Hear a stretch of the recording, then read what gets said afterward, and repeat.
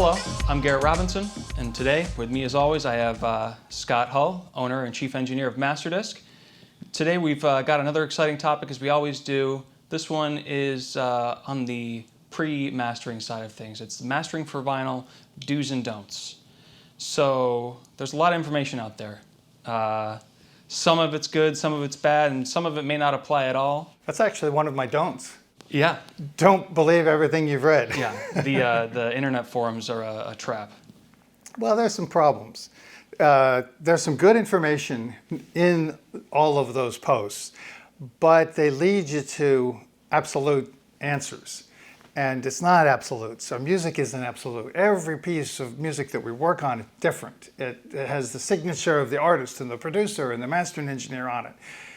So to make decisions about how much on a side and what speed and whether that's enough top end or whether the stereo should be reduced and all these things, those decisions need to be made at the lathe. So one of the big don'ts is don't pre-master your master for vinyl unless you're a cutting engineer, unless you actually can compare how it's going to sound on the lathe. Now, there are some master engineers with cutting experience that aren't currently cutting now, and it turns out they're very good at doing this. So if you're working with a master engineer who has had cutting experience and knows how to prepare a side for a lathe, they can give you some very good advice and will generally not over-process your master on the way to vinyl.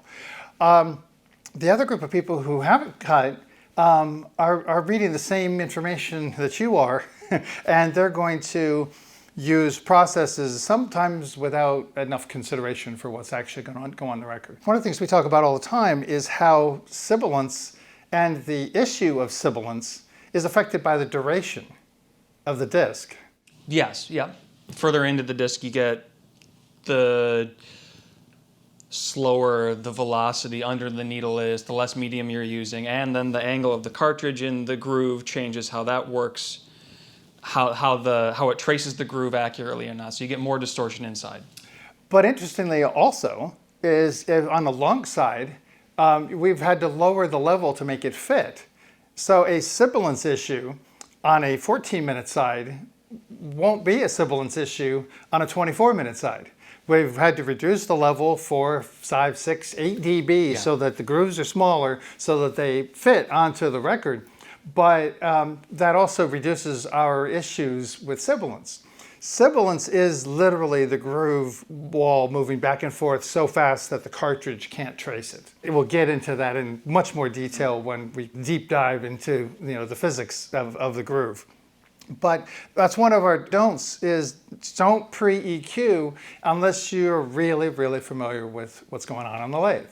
Another one really has to do with getting better advice. I mean, your lead-in was almost prophetic because everything it leads to having a communication with the person cutting your record. Yeah. In my opinion, you cannot get a first-class pressing.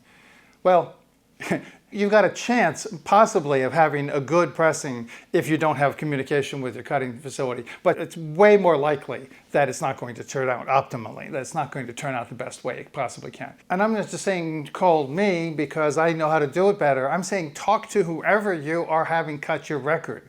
If they don't pick up the phone, if they don't answer your email, or are too busy to put the care and experience into your side, it probably won't be optimal. It might even be good, but it will never be exceptional. Decisions about sibilance, decision about reducing bass or not reducing bass, decisions about monoing or not monoing the low end because of phase issues, those all have an impact on the sound, on the actual music, how it feels to the listener. So those decisions really shouldn't be made in a factory sealed environment. The producer needs to have input, and that's really the only way that we can make an exceptionally cut side. Bass is the one is the thing I hear the most about from my musician friends and fellow engineering colleagues who may not have lathe experience. And if you follow the rabbit hole of what the internet will tell you, it's that stereo bass is bad, wide bass is just going to cause all kinds of problems, your records are going to skip, so just get rid of it to begin with. And that might be honestly a production style for a lot of pop music where focusing the bass in the center makes it play well across clubs and PAs and Bluetooth speakers. But again, it's level dependent. It's situationally dependent on the music, it's level dependent, and the worst case scenario I can imagine is sending it to an indie mastering engineer or mastering it yourself with the knowledge that you've gained from a forum.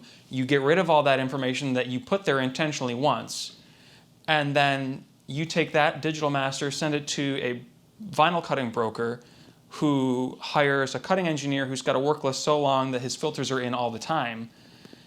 And so now you've gotten rid of it twice, and your record sounds nothing like what you had made. Even if you've made a decent compromise of it to begin with. You can manage this process if you know what you're doing, if you have experience. But your first time through, you really should ask some questions of the people who are doing the record. Asking the forum, get you answers. What do you call answers that aren't good answers? They're not really answers. It's just people who just like talking. It's a problem. Yeah. It's a problem. I love being able to type in a question and get an answer to a piece of software or conversion problem we're having, a delivery thing. Any one of my hobbies that involve gasoline-powered toys. I get a lot of basic information, but it doesn't make me a mechanic. It doesn't make me capable of doing the work that these people represent. It just gives me a place to go look for more information.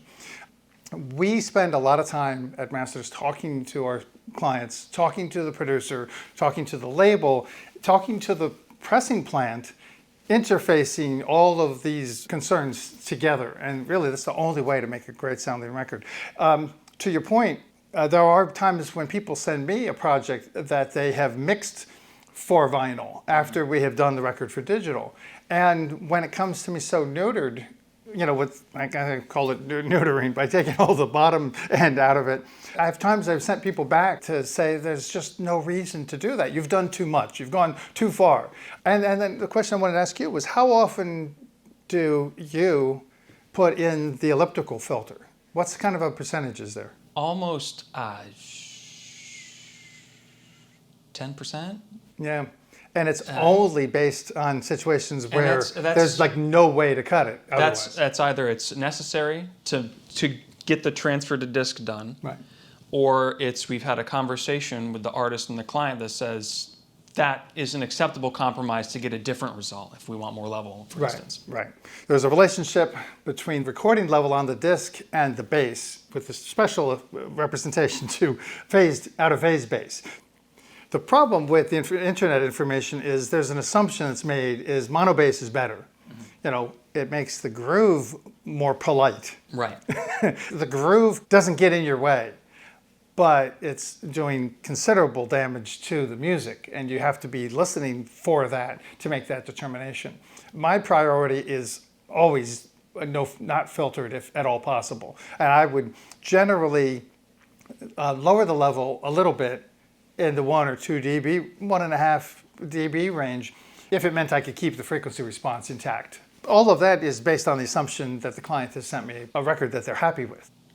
And not to get too far into the level conversation, but at a certain point, after we've escaped the noise floor of the disc, the volume control is in the listener's hand. Yeah. So more so in vinyl than in digital. Right. Ironically, digital has volume controls all over the place, but people don't want to use them. It's because their music is all shuffled one after the other. Right. So there's a level compatibility problem and competitiveness.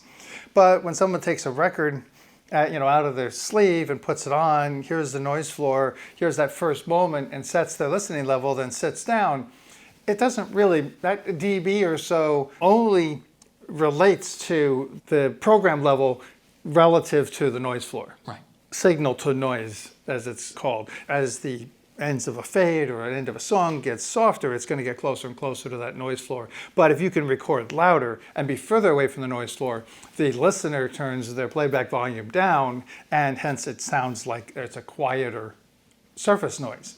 In fact, it's exactly the same surface noise, it's just you have more signal. Right. All right, so that's our big do. It's not so much do's and don'ts, it's do. Talk to your mastering house and to your disc cutter before you get too deep into making a vinyl. Otherwise, you'll be contacting me after you've spent all that time and money on a set of records and that you don't like the way they turn out. Projects often come in after they've tried to do it the cheap and fast route. And it's like, oh, yeah, we knew it wasn't going to be great, but we didn't think it was going to be awful. Yeah. And these are the same people that have spent, days, if not years, perfecting the sound of their production. Why they wouldn't spend an extra day and the costs involved in getting that production expertly put on vinyl is a good question. So that's everything I need to tell you about Master. Thank you, Scott. As far as we can get into any topic, we could go on for forever and ever if we really wanted to, but we're going to keep it digestible as best we can. Excellent. Good choice. Scott, Chief Engineer and Owner at Masterdisk. I'm Garrett Robinson, Mastering Engineer and Cutting Engineer. We'll see you for some more info next time.